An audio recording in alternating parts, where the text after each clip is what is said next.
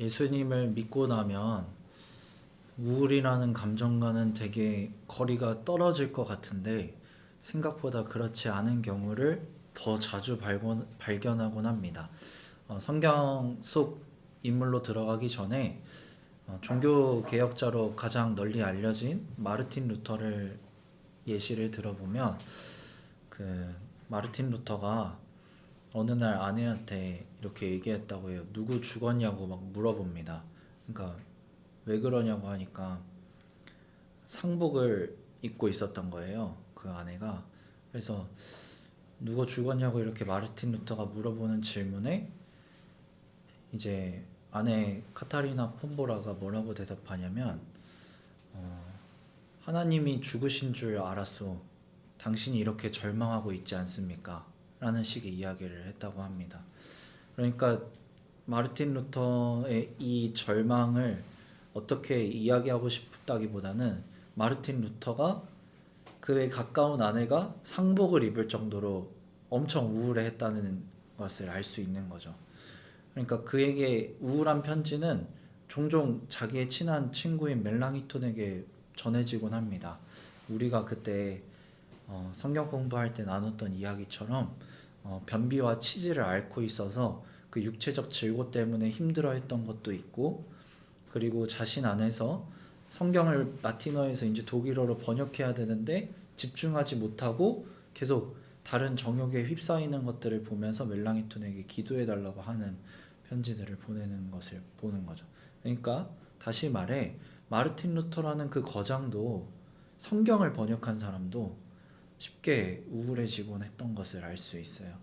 이뿐만이 아니라 조금 더 현대로 그나마 와보자면 이제 스펄전이라고 알려진 설교의 왕자 혹은 황태자 이렇게 막 불렸던, 그가 설교를 하면 화려한 문장과 사람의 심금을 울리는 일들이 일어나곤 했다는데, 그 황금의 입 같은 그 언변을 가졌던 찰스 스펄전도 엄청난 우울 속에서 이유 없이 그냥 몇 분째 울고 막 그랬다고 해요. 그런 이야기들이 잘 전해지는 것을 보면 참 다행이다 싶은데, 저는 단지 우울을 지금 긍정하는 것도 아닙니다. 그렇다고 부정하고 싶지도 않아요. 그러니까 우리가 우울에게 잡아먹히지도 않았으면 좋겠고, 우울을 아예 외면하면서 이거는 예수님을 믿는 사람에게는 말도 안 되는 일이야, 내가 믿음이 부족해서일 거야, 아니면 다른 방식으로 이것을 해석하지 않았으면 좋겠습니다. 이것은 자연스러운 일인 겁니다. 누구든 예수님을 믿던 다 상관없이 코로나에 걸릴 수 있었던 것처럼 마음의 병은 누구에게건 찾아온다는 사실을 잊지 않았으면 좋겠습니다. 그러면 수많은 사람들이 우울을 알았지만 오늘은 이 성경 안에서 특별히 42편, 43편의 시를 지은 시인의 입장으로 들어가서 살펴보려고 해요. 이 시인이 어떤 점에서 우울함을 느꼈다고 혹시 생각이 드시나요? 아까 전에 잠시 같이 읽어봤을 때 여러 생각들이 들었을 것 같은데, 지금 시인의 상황이 41편 초반부에 잘 나타나 있습니다. 그가 느끼는 거리감, 상실감, 이런 소외감들이 있거든요. 어떤 부분에서 그러는지 오늘 자세히 살펴볼 건데, 한번 그가 어떤 좌절을 느꼈는지 첫 번째 부분을 살펴볼게요. 1절, 2절입니다. 함께 읽겠습니다. 시작. 하나님이여, 사슴이 시냇물을 찾기에 갈급함 같이 내 영혼이 주를 찾기에 갈급하니이다. 내 영혼이 하나님 곧 살아계시는 하나님을 갈망하나니 내가 어느 때에 나아가서 하나님 얼굴을 배울까. 여러분이 가장 좋아하고 기대하는 것을 하지 못했을 때의 심정을 한번 떠올려 봤으면 좋겠습니다. 내가 이런 걸 좋아하는데 그게 계속 좌절되는 순간이라고 생각해 보시면 될 것 같아요. 이미 마스터 셰프 코리아에서 우승을 했던 최강록도 흑백 요리사에 나와서 시즌 1 때 그 떨어지고 나서 자기가 떨어진 뒤에 에피소드는 보지 못할 정도로 마음이 어려웠다고 하는데, 그러니까 무언가를 얻었다고 해서도 마냥 그 모든 게 해결되는 느낌은 아닌 거죠. 내가 진짜로 갈망하던 일이 이루어졌다 한들 우리 안에서 그 갈망이 다시금 솟아날 때 그것을 빼앗기게 되면 누구나 쉽게 좌절하게 되는 겁니다. 근데 오늘 시인의 가장 큰 갈망은 뭐였냐면 하나님을 찾는 것이었습니다. 하나님을 대면하듯이 만나는 것이었어요. 마치 목마른 사슴이 시냇물을 찾듯이 내 영혼이 너무나도 심히 기갈하니 하나님을 좀 보고 싶다, 만나고 싶다는 거였습니다. 다른 말로 하면 예배, 제사를 드리고 싶다는 것이었는데 지금 그럴 수 없는 상황이 되었나 봐요. 정확한 이유는 무엇인지 모르겠으나 42편 6절 같은 데에서 이 사람이 지금 어디에 있는지가 대충 나오는데 요단 땅, 헤르몬, 미살산 이렇게 팔레스틴 북부 지역 쪽에 있어 보이는 것으로 보이는데 그가 예루살렘과는 거리가 떨어진 곳에서 유대인이라면 3대 절기를 지키러 성전으로 향했는데 그것을 하지 못하고 있는 것으로 보입니다. 시인이 정확히 누구인지는 알지 못해요. 그런데 분명한 것은 그가 좋아했고 원했고 갈망했던 것은 무엇이었냐면 하나님을 예배하는 거였어요. 하나님이라는 존재가 나에게 인생에 있어서 어떤 스타를 만나는 것보다 즐거운 일이었던 겁니다. 근데 그게 계속 좌절되는 거예요. 이 사람에게 찾아오는 이 우울은 어쩌면 당연한 것이었던 겁니다. 자기가 가고 싶었던 곳, 같이 예배드리러 제사드리러 가고 싶었던 곳에 가지 못하면서 계속되는 좌절 가운데 하나님과 점점 더 거리감을 느끼게 되는 겁니다. 물리적 거리감이 아니라 이제는 심리적 거리감까지 느끼게 되는 거예요. 내가 하나님과 너무 멀리 있는 것 같다. 하나님이 안 계신 것은 아닌데 분명 계시나 그러니까 내가 갈망하는데 내 안에 하나님을 향한 마음만큼 하나님이 가까이 계신 것 같지 않다. 나의 상황이 지금 그렇게 말하는 것 같다 라는 거죠. 결국 이 사람도 몸을 가진 사람이다 보니 내 상황이 나를 지배하는 것을 이길 수가 없는 겁니다. 그걸 뼈저리게 느끼는 거죠. 그러니까 좌절하게 됩니다. 그런데 이 거리감이 첫 번째 자신의 갈망을 좌절시켰던 이 거리감이 이를 낭망하게 만들었다면 두 번째 이 낙심을 더욱 심화시키는 일들이 벌어지는데 3절을 한번 읽어보시죠. 사람들이 종일 내게 하는 말이 내 하나님이 어디 있느뇨 하오니 내 눈물이 주야로 내 음식이 되었도다. 자신이 삼시세끼 먹는 것처럼 먹는 이 주식과 같아진 것이 있는데 그게 바로 눈물이래요.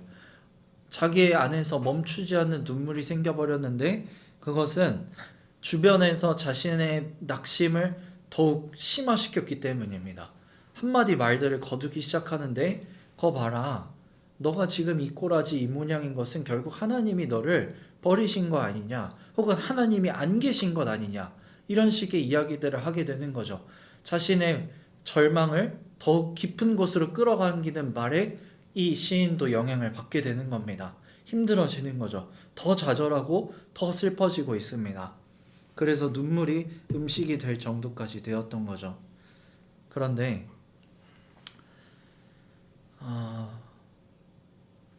이 사람에게 있어서 그나마 힘이 되었던 것, 그런 상황에서 같이 누군가 옆에서 함께 손잡아주던 사람들, 동료들이 있었는데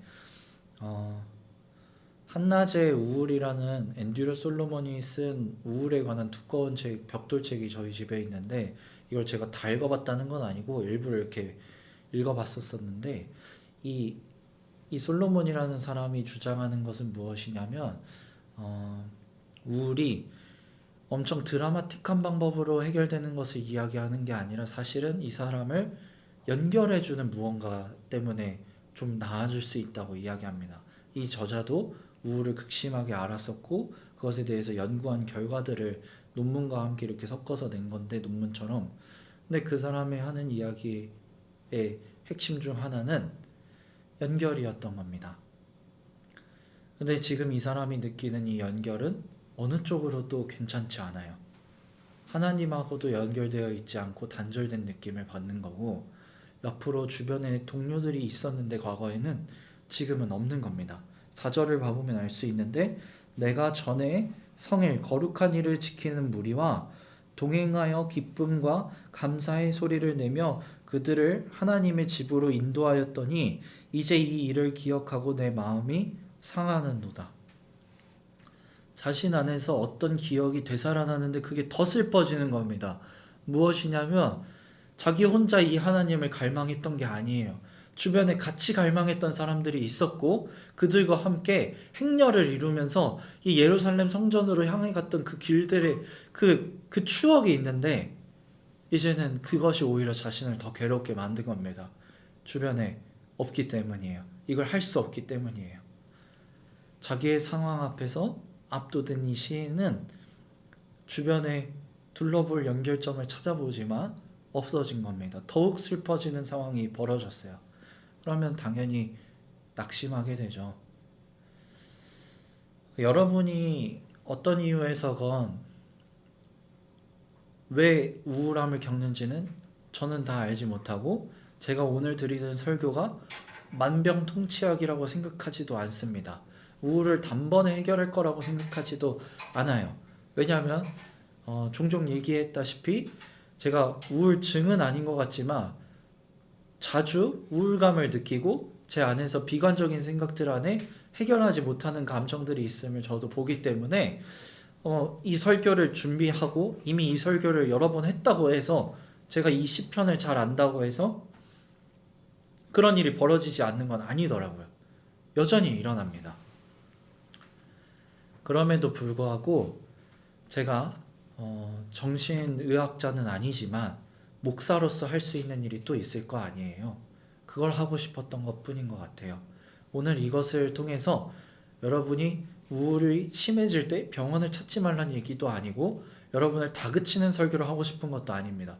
왜 우리에게 이런 시편이 있는데 여러분 우울하시나요? 이런 얘기가 전혀 아니라는 거죠. 제가 하고 싶었던 가장 큰 첫 번째 이야기는 그리스도인 예수님을 믿는 누구라도 우울할 수 있다는 겁니다. 우울한 시기는 언제고 찾아와요. 근데 그 상황 가운데 이 시편의 시인이 했던 한 방법을 소개하려고 하는 겁니다. 오늘 이 시인이 이겨냈던 방법, 그리고 저에게 때때로 매 순간은 아니었지만 이 방식을 사용했을 때 조금은 우울에 삼켜지지 않고 이렇게 환기하면서 나올 수 있었던 것들을 소개해 보고자 하는데 한번 생각을 해보도록 할게요. 첫 번째 5절을 읽어보겠습니다. 내 영혼아 내가 어찌하여 낙심하며 어찌하여 내 속에서 불안해하는가. 너는 하나님께 소망을 두라. 그가 나타나 도우심으로 말미암아 내가 여전히 찬송하리로다. 사실 이 42편과 43편에 좀 독특한 방식의 이야기가 42편 5절에 등장하는 겁니다. 원래는 기도로 이루어지거든요. 이 시편을 처음에 보시면 하나님이여 라고 하는 겁니다. 근데 갑자기 중간에 42편 5절에 내 영혼아 이러고 기도를 하다가 갑자기 자기에게 이야기하는 걸로 바뀌어요. 근데 이 부분에 대해서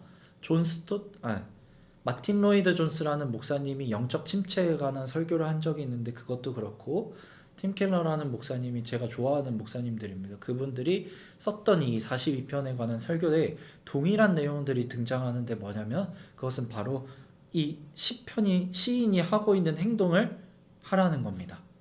뭐였냐면 우리는 자아의 말에 휘둘리게 되는데 자아에게 말을 하라는 겁니다. 우리 안에 드러나는 생각과 우리 안에 계속되는 거듭되는 어떤 생각들은 대체로 부정적인 방식으로 계속 이끌어가는데 그러면 얘가 우리한테 말을 걸면 우리도 말을 하라는 거예요. 똑같이 상대하라는 겁니다. 내 영혼아 너 왜 낙심해했고 우울해하냐? 너 무슨 일이야? 라면서 선포하라는 겁니다. 지금 내가 어떤지 들여다보고 말을 거는 겁니다. 또 최강록 얘기를 해보자면 지금 하도 그러니까 최강록의 그 어투나 어조가 독특해서 막 사람들이 물어보면 답하는 것 중 하나가 자기 안에 여러 자아가 있는 것처럼 표현해요. 가족과 있을 때의 나, 직장에서의 나, 친구들과 있을 때의 나, 방송에서의 나, 다 조금 다른 면들이 있고 그럴 때마다 이제 그런 모습들을 보이는 것 같다. 말투가 이렇게 되는 것 같다. 이런 얘기를 하는데 우리 안에 여러 자아들이 여러 상황 속에서 자신에게 계속 말을 걸 겁니다. 근데 그게 대체로 건강하지 않은 경우들이 많아요. 이 우울이 찾아올 때면. 그럴 때 우리가 우리 자신의 말을 듣는 것을 선택하기보다는 조금은 어렵겠지만 마치 자신이 이 강단에 서서 설교하는 목사처럼 자신의 영혼에게 설교하라는 겁니다. 내 영혼아 어찌하여 낙심하냐? 너가 왜 그렇게 슬퍼하냐? 무엇이 너를 그토록 괴롭게 만드냐? 너를 왜 그렇게 무기력하게 만드냐? 물어보라는 겁니다. 그리고 선포하라는 거죠. 너는 하나님께 소망을 두라. 그가 나타나 도우심으로 말미암아 내가 여전히 찬송하리로다. 상황과 감정이 우리에게 말을 거는 그 볼륨은 굉장히 크기 때문에 우리는 쉽게 무너질 겁니다. 그래서 이 선포를 하고도 다시 또 이내 우울에 휩싸일 건데 마치 그런 상황을 이 시인이 7절에서 또 말하고 있어요. 은유적으로 주의 폭포 소리에 깊은 바다가 서로 부르며 주의 모든 파도와 물결이 나를 휩쓸었나이다. 마치 이제 나를 한바탕 휩쓸고 나간 파도처럼 이제는 너무 괴로운 거죠. 슬픈 겁니다. 이 남겨진 것을 보니까 내 감정의 잔해들이 아름다운 것이 하나 없어 보이는 겁니다. 더 우울해지기 쉬운 겁니다. 그러니까 제가 하고 싶은 이 첫 번째는 자신에게 설교하라는 것이었지만 두 번째 제가 더 하고 싶은 이야기는 이것입니다. 이 5절을 선포한 이 사람이 다시 느끼는 거는 42장 1절부터 5절까지가 한 단락이고 6절부터 11절까지가 한 단락이고 43편이 한 단락인데 다시 반복돼요. 그 우울한 상황들을 다시 느끼는 거고 재형성합니다. 자기 안에서 느껴지는 이 감정들에 대해서 그럼 어떻게 하냐? 단번에 되는 것은 하나도 없다는 겁니다. 그래서 이 42편과 43편을 통째로 가져온 건데 무엇이었던 거냐면 42편 5절과 42편 11절, 43편 5절을 같이 한번 읽어봤으면 좋겠습니다. 시편 42편 5절과 11절을 제가 읽고 43편 5절을 여러분과 함께 읽어보겠습니다. 내 영혼아 내가 어찌하여 낙심하며 어찌하여 내 속에서 불안해하는가? 너는 하나님께 소망을 두라. 그가 나타나 도우심으로 말미암아 내가 여전히 찬송하리로다. 11절 내 영혼아 내가 어찌하여 낙심하며 어찌하여 내 속에서 불안해하는가? 너는 하나님께 소망을 두라. 나는 그가 나타나 도우심으로 말미암아 내 하나님을 여전히 찬송하리로다. 함께 43편 5절을 읽겠습니다. 시작. 내 영혼아 내가 어찌하여 낙심하며 어찌하여 내 속에서 불안해하는가? 너는 하나님께 소망을 두라. 그가 나타나 도우심으로 말미암아 내가 하나님을 여전히 찬송하리로다. 반복되고 있습니다. 우울은 반복될 거고 우울한 상황들은 계속해서 우리를 찾아올 거고 그 감정은 더욱 커져만 갈 겁니다. 그때 한 번 하고 주저앉는 게 아닙니다.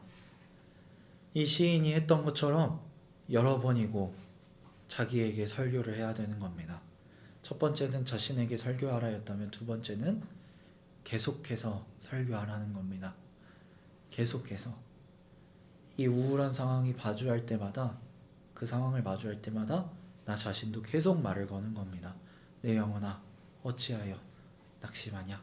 네 소망을 하나님께 두라. 그가 나타나 도우심으로 말미암아 내가 기뻐할 거다 라는 이야기를 해주라는 거죠. 마지막 이 시인이 쓰는 이 시 전체를 통해서 이야기하고 싶습니다. 이 시인이 이겼는지는 모르겠으나 우울을 통과하는 방법이었던 한 가지는 그가 계속해서 자신에게 설교하는 것은 있지만 그걸 전체를 아우르는 것은 사실은 기도입니다. 제가 이 이야기가 제가 좋아하는 시편인 까닭은 이 시편에 이 우울한 감정을 시인이 다 털어놓는데 그걸 그냥 성경에 두셨다는 거예요. 우리가 느끼는 이 감정에 대해서 토해놓는 듯한 이 시를 하나님이 우리의 경전으로 두셨다는 거죠. 이 이야기는 제가 생각할 때 마음껏 나한테 찡찡대라는 이야기로 들리는 겁니다. 네가 우울한 거 나도 알고 있어. 그게 와닿지 않으니까 예수님이 직접 이 우울의 한가운데로 들어오셔서 가장 극심한 고통을 겟세마네 앞에서 표출하셨던 거죠. 내 마음이 심히 괴롭고 고민되니, 그리고 진짜로 하나님께 거리감을 느끼는 게 아니라 아예 단절을 경험하신 유일한 분인 예수님이 하셨던 고백은 나의 하나님 어찌하여 나를 버리셨나이까였어요. 결국 이 예수님이 우리의 우울을 그냥 두고 계시지 않는다는 얘기입니다. 우리의 상황을 보고 그냥 지켜보고 뒷짐지고 계시지 않는다는 거예요. 그분이 이 강한 우울만큼 우리의 삶에 너무나도 분명한 아주 선명한 감정인 이 파란색과 같은 이 우울이 그 선명한 농도만큼이나 예수님께서 우리 가운데 찾아오셔서 그가 느끼신 우울에 공감을 하시면서 우리에게 건네시는 한마디 말, 혹은 말을 건네시지 않고 나사로의 무덤을 바라보시면서 눈물을 흘리셨던 것처럼 그는 우리의 마음을 누구보다 잘 아시고 가까이서 선명하게 말을 거실 거라는 말입니다. 우울이 선명한 만큼이나 하나님이 선명할 수 있었으면 좋겠습니다. 여러분의 삶에 이 우울을 부정하지도 긍정하지도 않았으면 좋겠어요. 그러니까 우울에 잡아먹히는 것을 당연하게 여기지 않았으면 좋겠는 겁니다. 그렇다고 우울이라는 건 말도 안 돼, 내가 이제 긍정의 힘으로 살 거야, 이런 것도 아니었으면 좋겠다는 거죠. 우울할 수 있음을 충분히 자각하되 우울한 상황 속에서 무엇을 선택하고 어떤 것을 바라볼 것인가, 누구의 소리를 더 들어볼 것인가에 대한 이야기였던 겁니다. 결국 이 시인이 계속 처음 문단마다 시작하는 방식들, 42편 1절 하나님이여, 42편 6절 내 하나님이여, 43편 1절 하나님이여. 결국 우리가 아무리 단절되었다 한들 우리가 여전히 말을 걸어도 될 수 있는 분, 진짜 누구도 나를 이해하지 못한다고 생각하는 그 고독감 속에서도, 고립감 속에서도 그곳에 혼자가 아니라고 말씀해 주시는 분을 부를 수 있었으면 좋겠습니다. 하나님이여, 하나님이여, 나를 좀 불쌍히 여겨주세요. 너무 힘듭니다. 나를 돌봐주세요. 이런 기도가 우리 안에서 회복될 수 있었으면 좋겠습니다.